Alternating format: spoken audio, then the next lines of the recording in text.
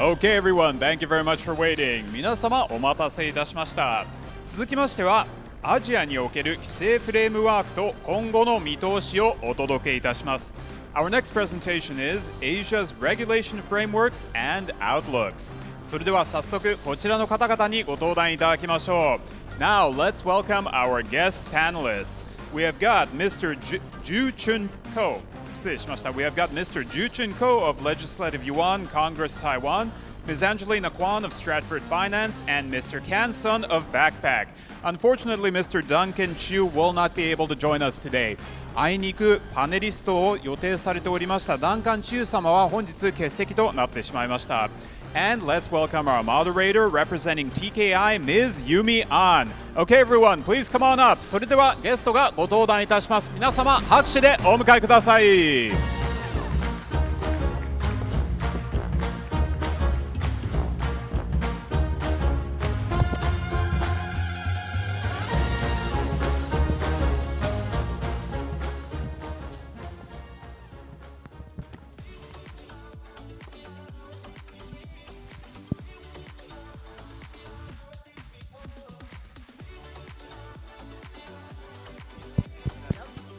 Let's rock. Let's rock and roll.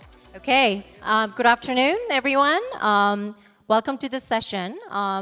We were in the same room last year having a very dynamic discussion on the Asia digital asset regulations. We're just really happy to be back here having this discussion. And so much has happened in the last year, especially with the U.S. changing their regulatory stance. The Genius Act for stablecoins was passed, and also the Clarity Act was passed in the House. So it's a really exciting time to be in the regulatory space in digital assets in Asia.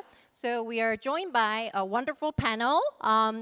So sad that Duncan Chiu, who's a Hong Kong council member who was supposed to join us, couldn't be here. But Angelina Kwan, she will act as Duncan for this session. Yeah, surprise. Okay. So I'm just going to do a quick introduction. So sitting the farthest from me is Kan-sun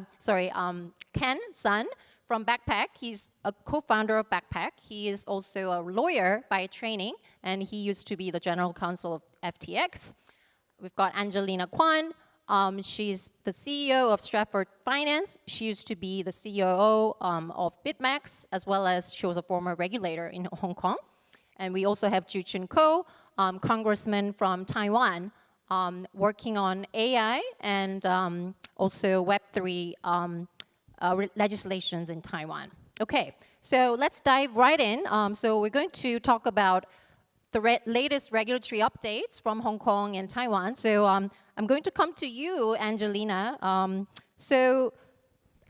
You've accomplished so much in Hong Kong. There's been a custody regime, and then also there's a new stablecoin license that just was rolled out. So yeah, but because the buzzword is stablecoins these days, we're going to just dive into that. So I guess my question is, you know that there was actually a regulatory sandbox for stablecoins that was going on since last year in Hong Kong. So we're just curious, did you implement any of the learnings from the sandbox into the regulatory framework? Yeah, you can answer a question. Thank you, and thank you for being our great moderator today, Yumi.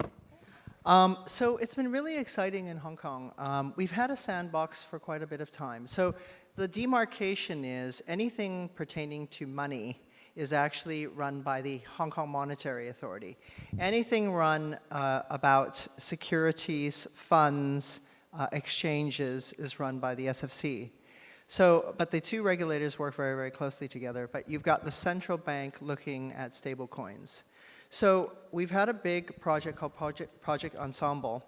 And it's very funny because we ex-regulators even know this, that basically the sandbox is for the regulator to watch you and observe you for that period of time. And that's why if you go into a sandbox, please make sure you do your very best.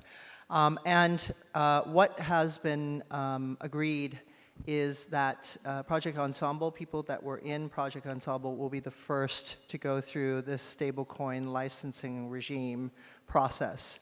Because when the HKMA actually announced the stablecoin license, everybody was like, yeah! And then everybody started getting in line and wanted to put in their application. But they were very quickly told, look, we're only going to do it first with the people that were already in Project Ensemble.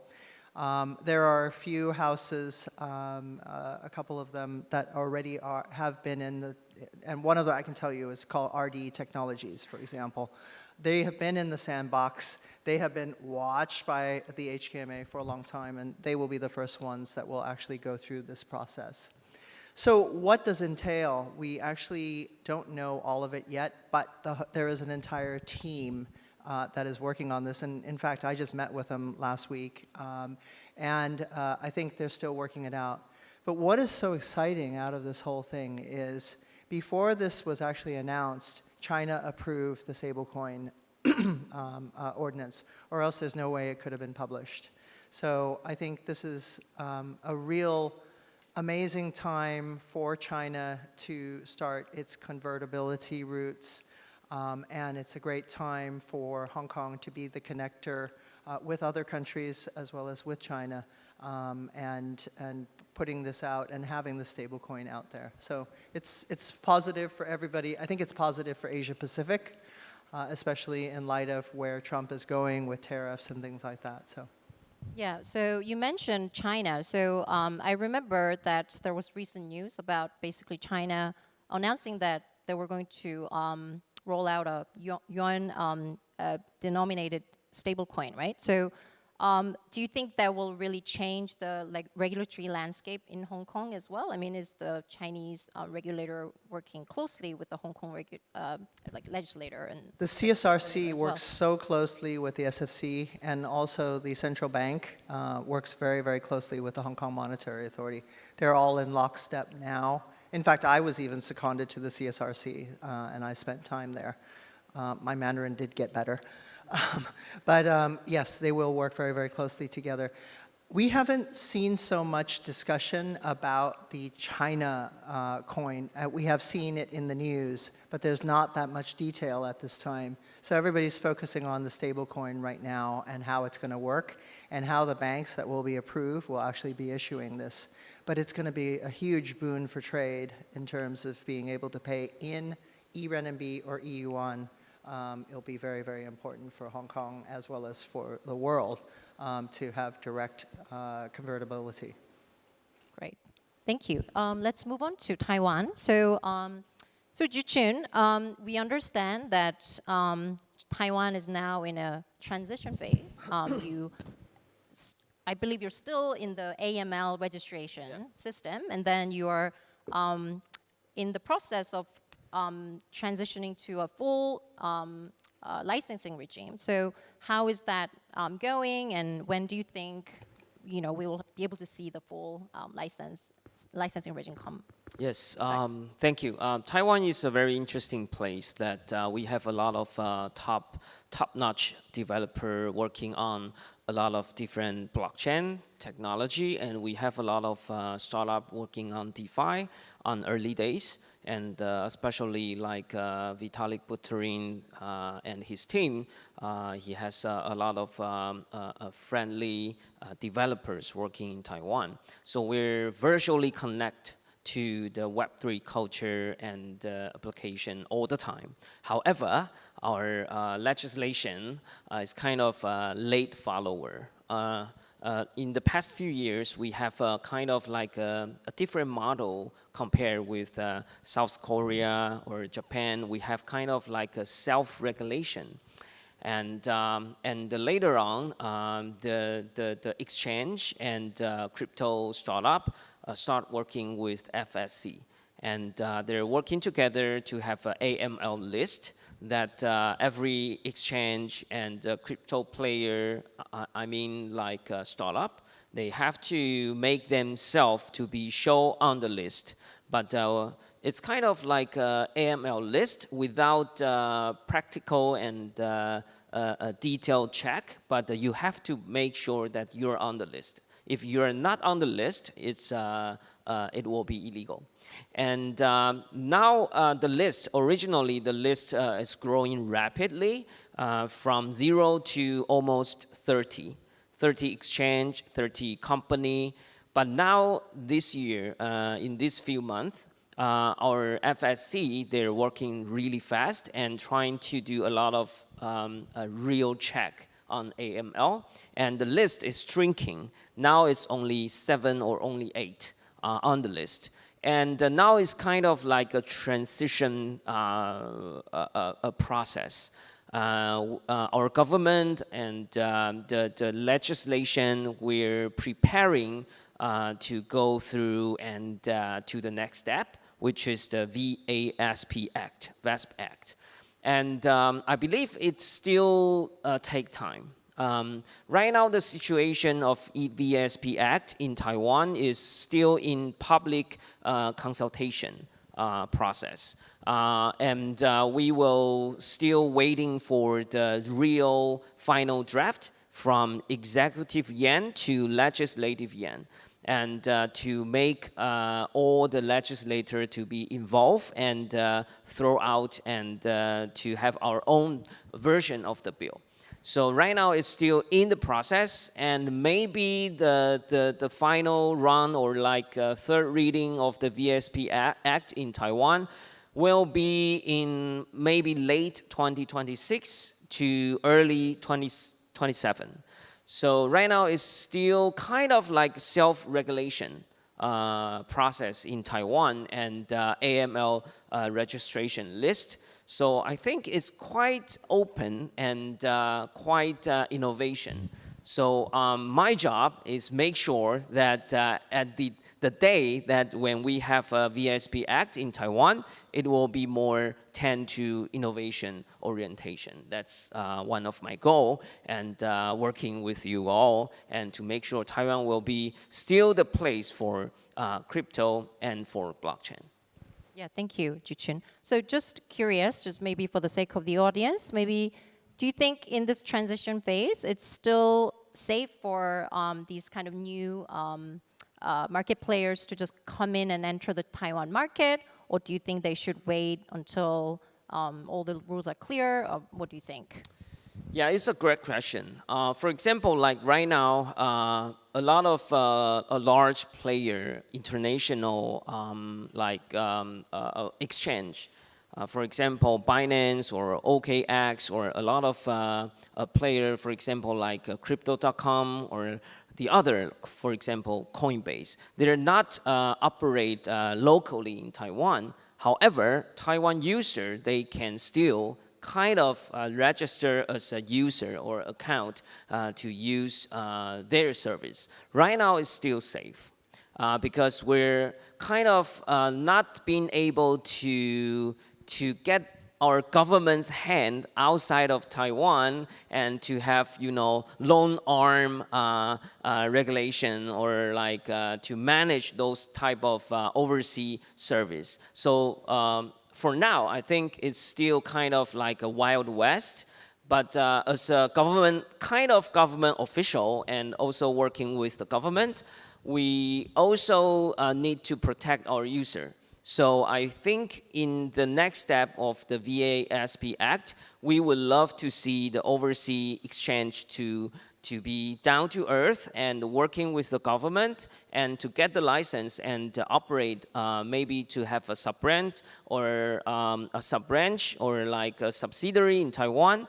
And I think right now is maybe still considerable because the taxation in Taiwan is kind of, there's no crypto taxation yet. It's just individual income and the company income. And individual income is 5% to 40%, and the company income tax is 20%. So I think, and also it's kind of really not very easy to check. So right now in Taiwan, we're still learning. Our government is still learning and working with the company. And also our legislative Yuan, which is us, is also working hard, trying to figure out the taxation issue. So right now, I think in this year or next year, I think it's also a great chance for all type of company to get in touch with Taiwan market and maybe get prepared for the fully licensed model for the next few years in Taiwan. Thank you. Great, thank you. Okay, Ken, so coming to you now. So Backpack has a license, virtual asset service provider license from Dubai, right? So is there a reason why you chose Dubai as this licensed jurisdiction? How would you compare it with your experience of dealing with other regulators around Asia? And just maybe you can sort of explain a roadmap for your business expansion and regulatory compliance. Hello. Thank you for that question. So one of the things that I did when I started Backpack along with my co-founders is took a map of the world, 197 countries or something, and for every country color-coded it and sort of looked into how we can actually enter each jurisdiction in a compliant manner.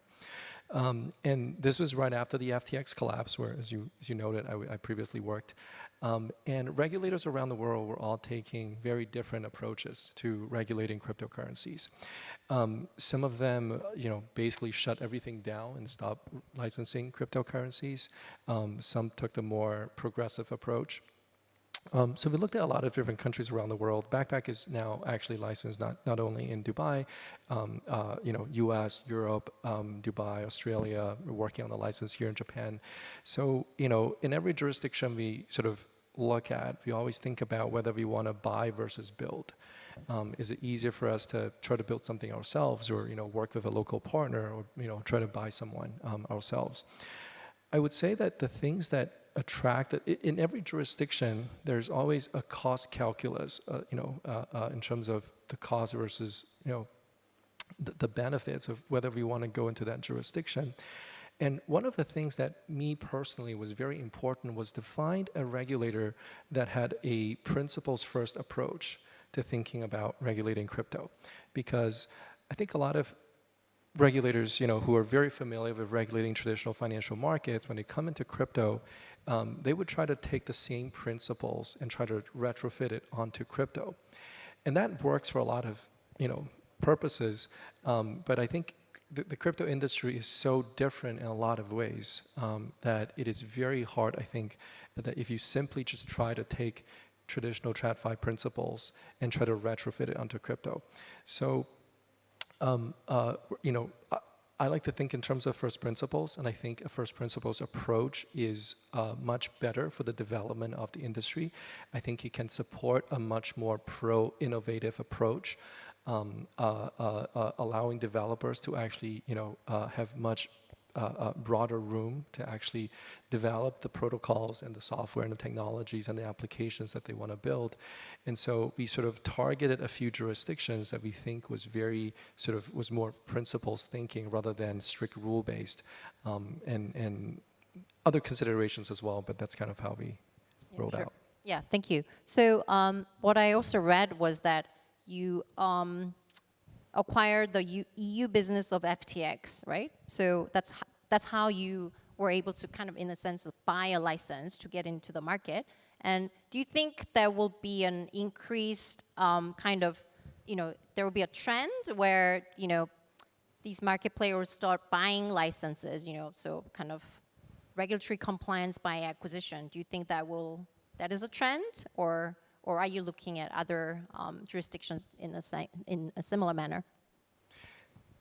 So I think maybe let me take a step back. So as you know very well, Yumi, a license it's not something where you just pay the money and buy. A lot of times you actually have to not just buy, pay for the shares, but actually get regulatory approval, which involves a process of vetting your entire business model, what you're going to do, how you're going to make money, who your users are, and checking all of your internal processes.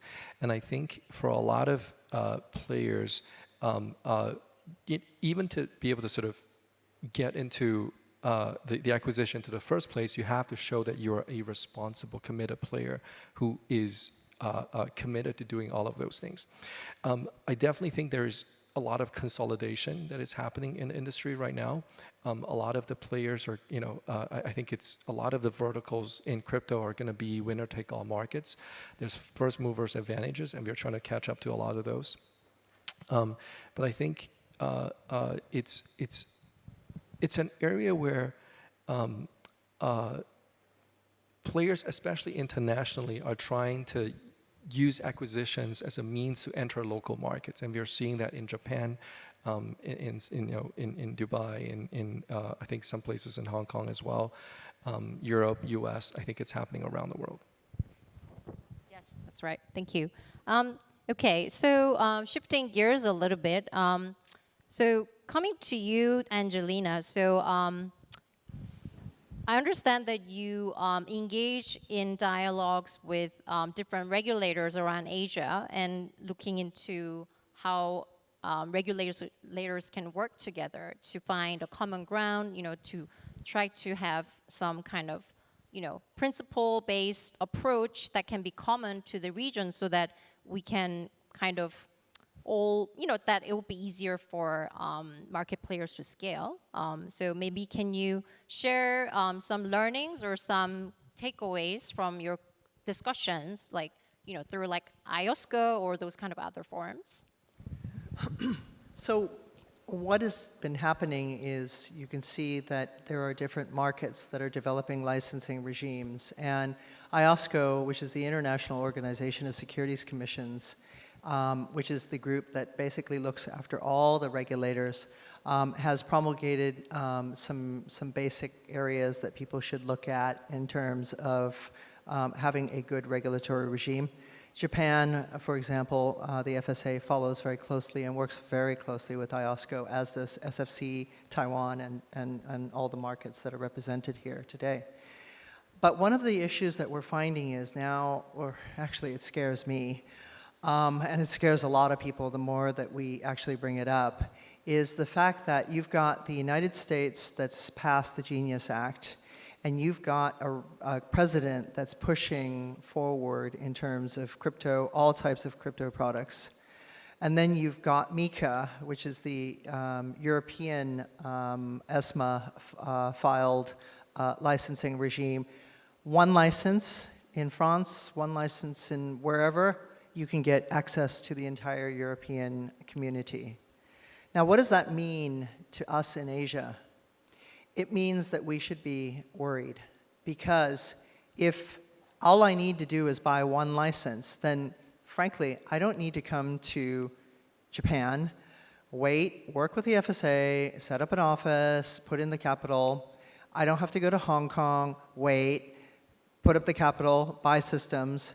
And there are like 6 jurisdictions in Asia that you need to get licenses to actually cover all of Asia. There is no reciprocity. So therefore, if we don't start thinking together as an Asian group or an Asian bloc, they are going to go, the big competitors are going to go to markets where they can get licenses, or they will just bypass Asia altogether. And that's the thing that scares me, and I think that as I talk to other regulators, they are worried about it too. Because typically, it takes almost a year. In Hong Kong, I work really fast, and I am an ex-regulator. It took me a year and some odd days to get the license for HashKey in Hong Kong. So it's the same in Malaysia, it's the same in Thailand, it's the same in different countries. But why can't we work together? Aren't there areas that we can share information, possibly? And this is what I hope the regulators will start doing in our discussions with them, to think about, okay, this regulator is of high standard, we trust them, if they can do this, then they can do this, we can rely on it. Then it won't take, how many months have you been working on your license? A year? 2 years? Yeah. It shouldn't take that long. It's not easy, but it shouldn't take that long, because you can share information, you can work together on information. And guess what? If it's KPMG doing the same security review, I'm sure Taiwan will accept the same KPMG security review if all the regulators Sorry, KPMG. I'm an alma, that's my alumni. I'm an alumni of KPMG. But if they can accept that, then that's less money, it's less time, and you can save on that. And if we can convince the regulators to start thinking this way, for Asia Pacific at least, I think it will be very important.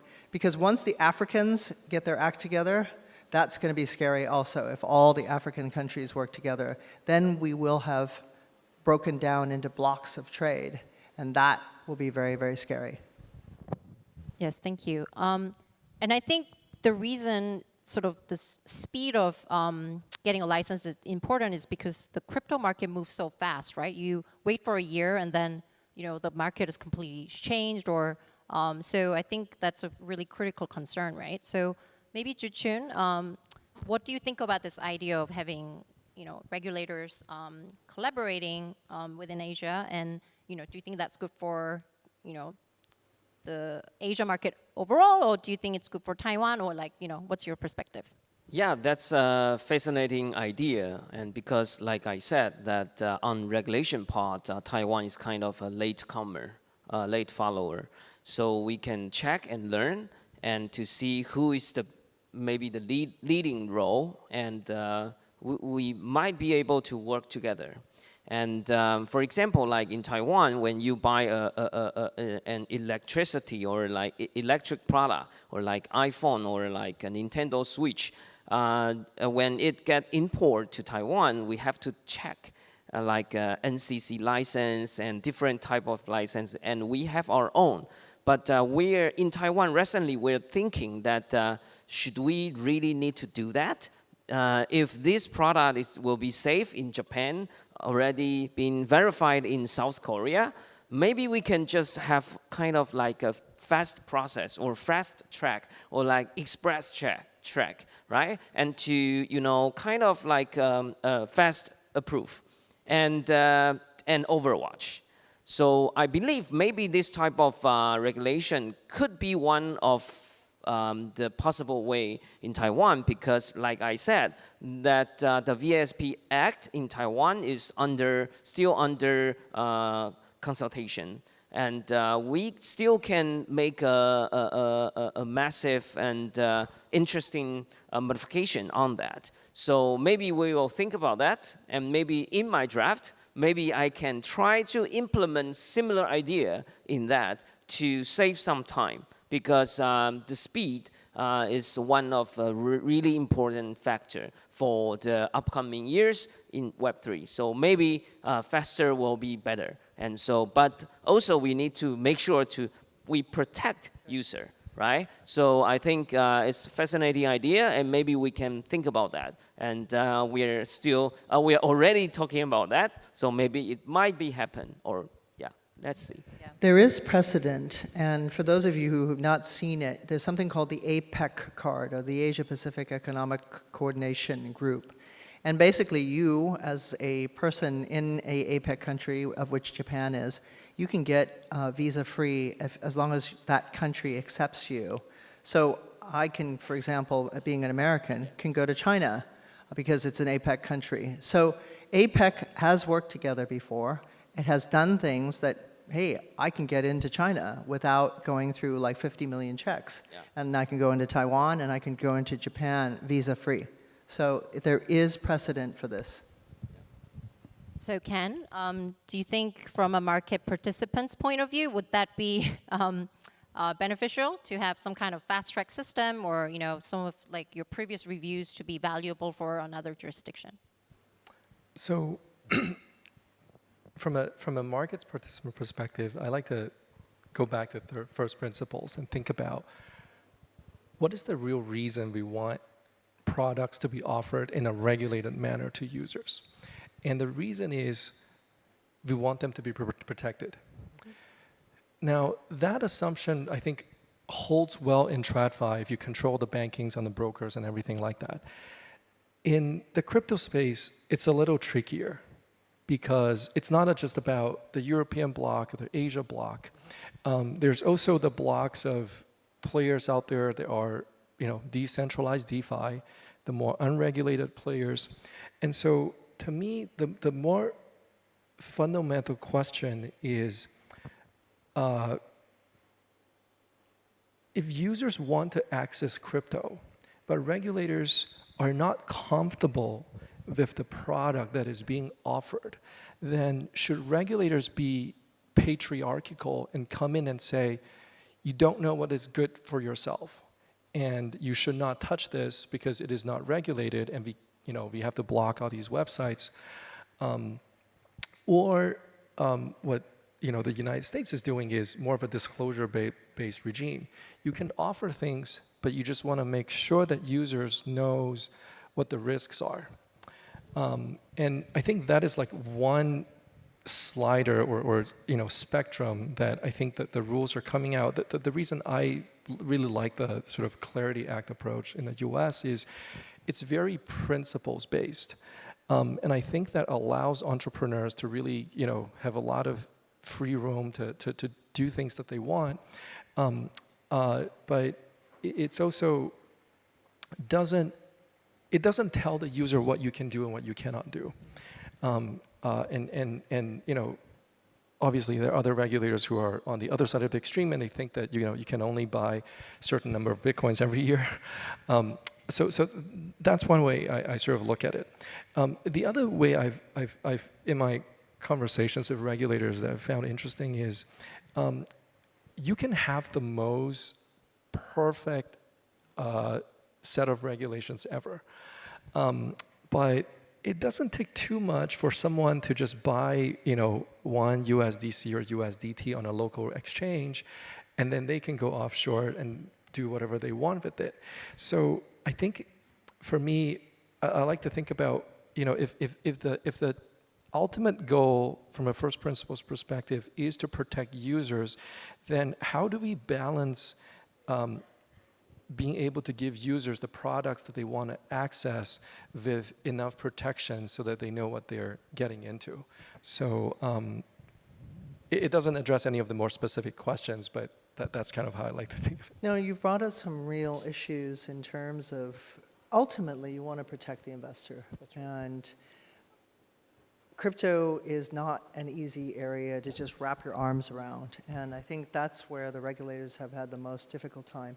And honestly, if they get it wrong, it's their head. That's one of the reasons why it takes so long for the process to be approved. So, but if the regulators have standards where they can work together, at least it's a start, because that's what, for example, ESMA, the European Securities Market Authority, is actually agreeing on. And it was the first time that they actually got all of the European countries to work together, which, if you think about that, that is amazing. So I don't know what's going to happen. I'm bringing this up because I'm worried for Asia. And I'm worried because, for example, a company that I work with has decided not to proceed with their Singapore license, which normally is a pretty easy, well, not easy, but at least it's a license. They just said, we're going to the US, we're going to set up there, and they've literally gone. And they spent a couple $100,000 on lawyers in Singapore, gone. And that's it, and they got their license, and they're operating in the US. This is what I'm scared of. Right. I wish we could be here all day discussing this. So interesting, but it's we are so short of time. So just going to end with some of our wish list. Okay. So, but I'm going to remind some of you that your wish list, we're going to do a check. So Chun, his wish list last year was that crypto will no longer be seen as a scam. So do you think that's changed? Has your wish been granted or not? Yeah. I think I'm really happy because this year in Taiwan, a really large kind of financial giant, the name is Fubon Financial Holding Group, one of the largest bank system in Taiwan, and they also have an ISP called Taiwan Mobile. And they work together and to have a new exchange called TWEX. It's they hold kind of on the list for the AML and under overwatch by the FSC and already provide service in Taiwan for all the Taiwan mobile users to being able to purchase Bitcoin in a very small amount of money. So I think this kind of a mainstream could be happen in Taiwan, I'm really happy because originally it's kind of a scam and fraud. People are really worried, but right now FSC is working really hard, and there are also 4 banks already trying to provide a new service for people to save the digital assets in the bank. So I think we're working on that, and yeah, we deliver the promise and for that. Yeah, awesome. And Angelina's wish was granted from last year, which was to have a custody regime in Hong Kong. That's been done. So maybe we can go around the room quickly. We've got like 45 seconds. If you have one wish for the industry, what would it be, starting from Ken? No more pump and dump schemes, just, Great. market integrity. Angelina? That we can bring down the time to get licenses approved, but keep up the quality. All right, Chun? Yes, just make sure Taiwan will be a safe place and full of opportunity for every player in crypto and blockchain, and also for developers. Thank you. Okay, awesome. Thank you so much for listening. Give a round of applause, please, to our wonderful panelists. And to our fabulous moderator, Yumi. Yes. Okay, thank you very much, Mr. Ko, Ms. Kwan, Mr. Sun, and Ms. Ahn. We're going to have a photo shoot with our panelists and moderator. それではこれより集合写真を行います。ゲストの皆様もよろしければどうぞ携帯カメラをお持ちになって写真撮影を行ってください。Okay, so if our guests and panelists are ready, there we go. Big smile. Very nice. はい、では皆様写真撮影の方どうぞ。よろしいでしょうか。Okay, great. Thank you so much. 本日の登壇者にもう一度大きな拍手をお送りください。Thank you all very much.